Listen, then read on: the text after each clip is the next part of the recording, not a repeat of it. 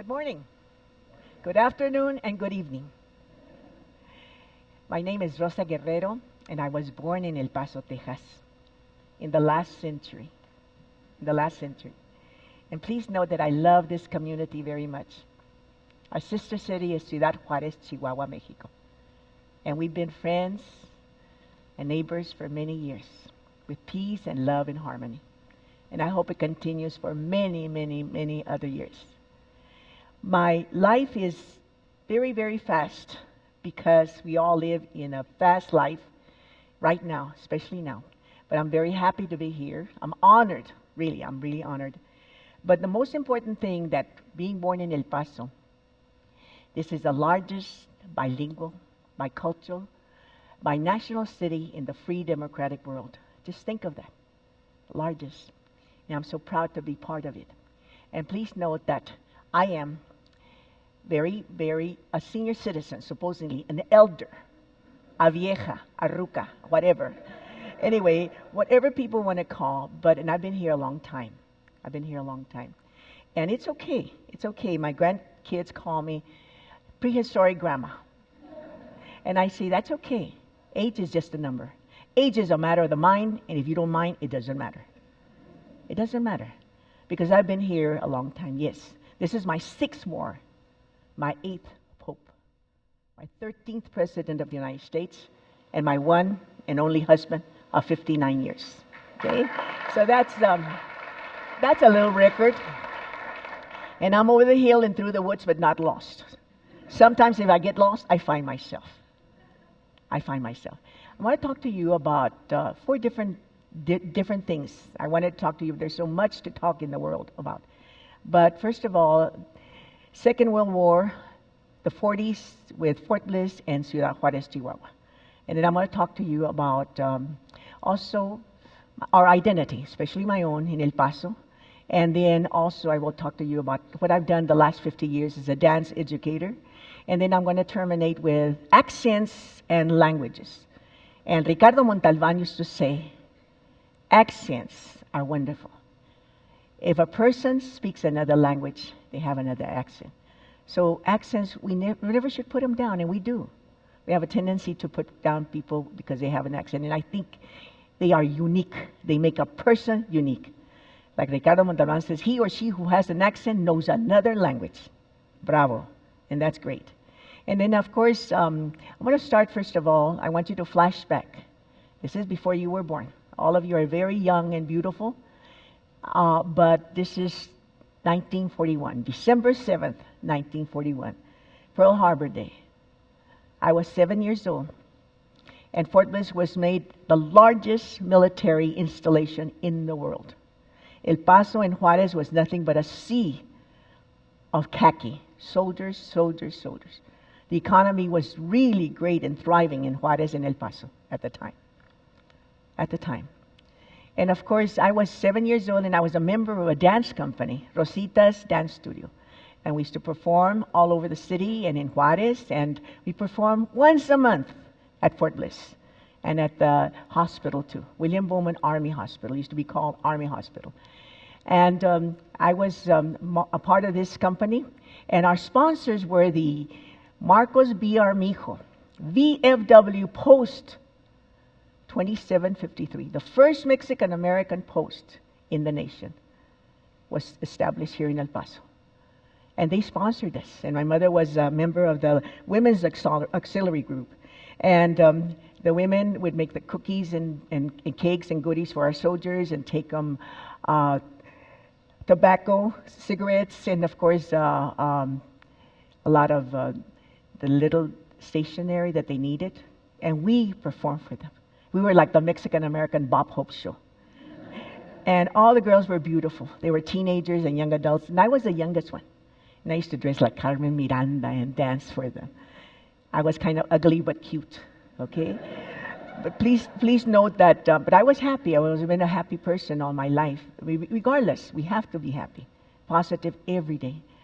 And the USO used to sponsor us at Fort Bliss, and the Red Cross sponsored us at the hospital. So we learned a lot through giving, and that's what we should do. Juarez was tremendous. You cannot imagine how beautiful Juarez was. Just beautiful, thriving, thriving. On Sundays, my father would take us to the bullfights. They don't have them anymore. And that's okay because I love animals. I love animals. Then we go to the restaurants. They had great restaurants in Juarez. And then from the restaurants, we would go to visit our relatives or friends, and then to the nightclubs. The nightclubs were the best in all the borders or anywhere in the world. They would bring the best entertainment from all over the world, and we got to see it. They had 12 and 16-piece orchestras every weekend, Friday, Saturday, and Sunday. And anybody that was anybody from El Paso went to Juarez, always. We took the streetcar. Many of us didn't have any cars. The bus and the streetcar, and it was wonderful. The streetcar was the first, probably the international streetcar in the world. And they cut that out too, which is sad. But it was wonderful to really see these entertainers, because you learn by seeing and you learn by doing. I did both. They danced polkas, schottisches, mazurkas, varsuvians, waltzes. They danced pasodobles, rumbas, danzones. They danced tangos and sambas. And I watched and watched. And then sometimes I got to dance with my dad. And I felt like a queen dancing with my father. My father and mother were amateur ballroom dancers. Fabulous. They liked to party. Mexicans like to party. Yes. If the dogs has puppies, party. Party. But it was wonderful to see the joy of that and to take the best of the two worlds, the American and the Mexican. Then after that, I went to school, here to Violet School, Sunset Heights, and I couldn't speak English. All my life, remember, as a first generation American, a Mexican ancestry, many of us didn't speak any English. And they used to punish us really bad. I didn't want to go to school. And I said, Papa, yo no quiero ir a la escuela, me pegan. They hit me, Papa. He says, no, you must go to school. I wanted to be a kindergarten dropout. Can you imagine? And I said, Papa, they hit me. And he says, no, mija, you must learn English. You must learn English so you can help yourself, so you can help others, so you can help your mother and me, and you can defend yourself. You must learn English. You will be our interpreter. You will be our translator. You will be also our language helper and assistant and counselor. You will help us so much if you learn English, but don't forget the Spanish. El que es bilingüe vale por dos. If you're bilingual, you're like two dual cerebrums. There were no computers at the time. I call it dual computers now. Dual computers now. But of course, I didn't want to go to school. And I was kind of, who am I, what am I, and all that, identifying myself. And I said, Papa, what am I, Papa? What am I? Am I Mexican? Am I American? Am I Mexican-American? Am I Latina, Hispana? Spanish-speaking? Spanish-American? Chicana? What am I, Papa? Pocha? The people in Mexico call me Pocha. They go, Pocha, pero no mocha. Okay? I tell them, I said, that's okay. I know English, I know Spanish, and I know both cultures. So I've lived in two worlds, and I turned into a really a chameleon, a border chameleon, and that's what we are here. We shift our gears to whatever we are. But I asked my father, I said, I know what I am, Papa. I am Indian. I hear the drum beat.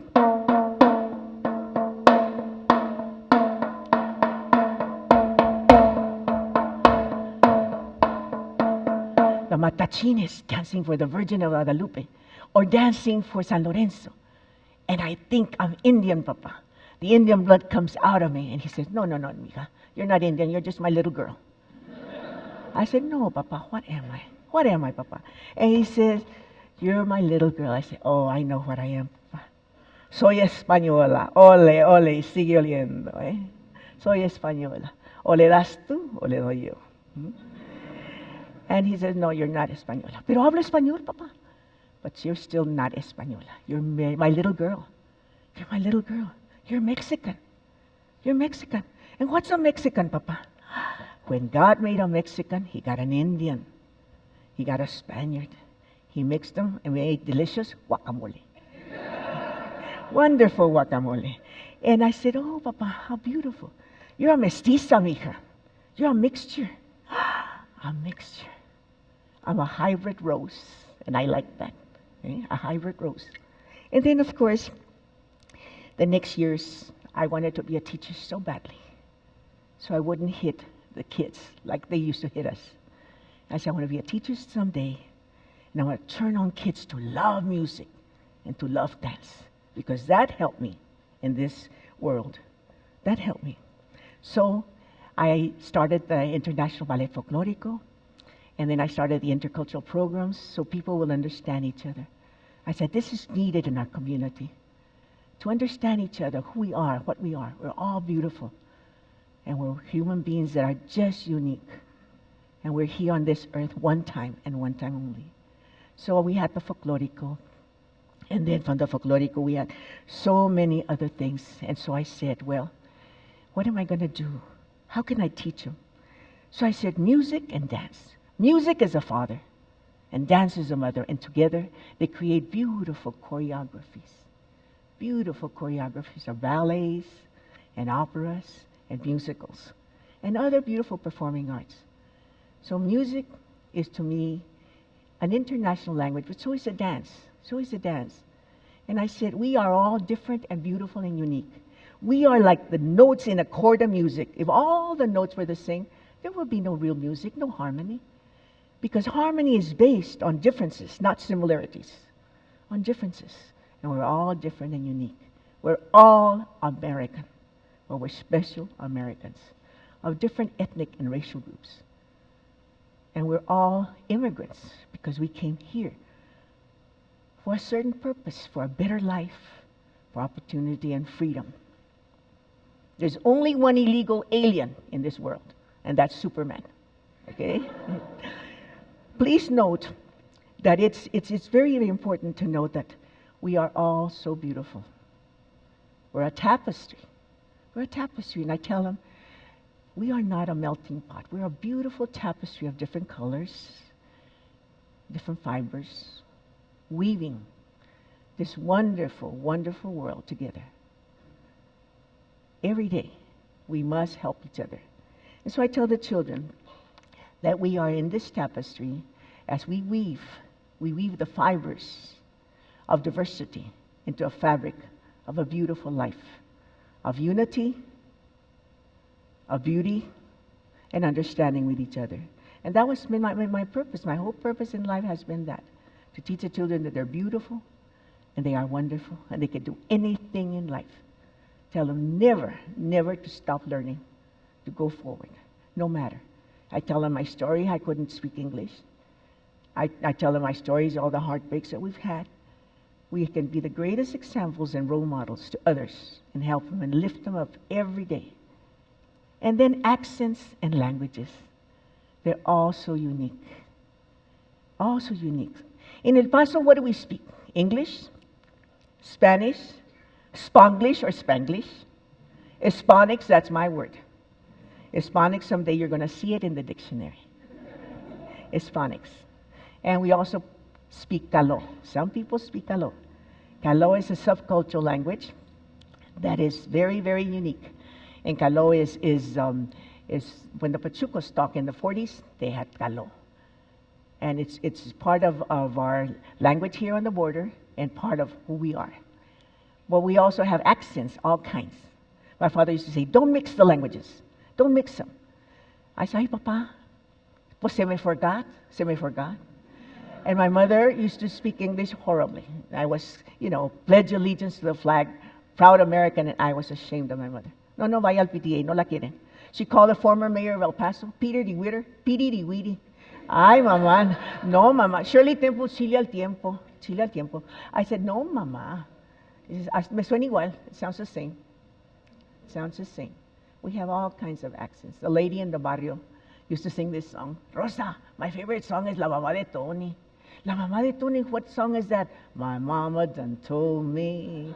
La Mamá de Tony. Can you imagine? And that's what we do on the border. We shift our gears to the language and whatever, which is wonderful. I think it's wonderful. But accents are beautiful. Because it's European. Oh, my darling ones, I'm so tired. I can hardly wait to go to bed. Oh, I can hardly wait to go to bed. And then in Texas, what do we do with the English language in Texas? Lord have mercy. If you shoot Texas, you talk like that and walk like a mule, honey. and a governor in Texas in the 20s. You know what he said? He was not too bright. He said, if English was good enough for Jesus Christ, it's good enough for Texas. Yes, look him up. Look him up. Please note that we are all beautiful, and we are part of this wonderful cultural flow. And I want to end with this, because I want you to follow me. You are not children 5, 6, 7, 8 years old, okay? And you're going to follow the leader. That's what I tell the children. We're all beautiful, we're special, and we're unique. You ready? Okay, put your hands ready. I am special. I'm unique. No one else is like me. That is neat. I am special. I'm unique. No one else is like me. That is neat. Tan tararara, tan tan. Thank you. Muchísimas gracias. You all. Gracias. Thank you. Thank you. Thank you.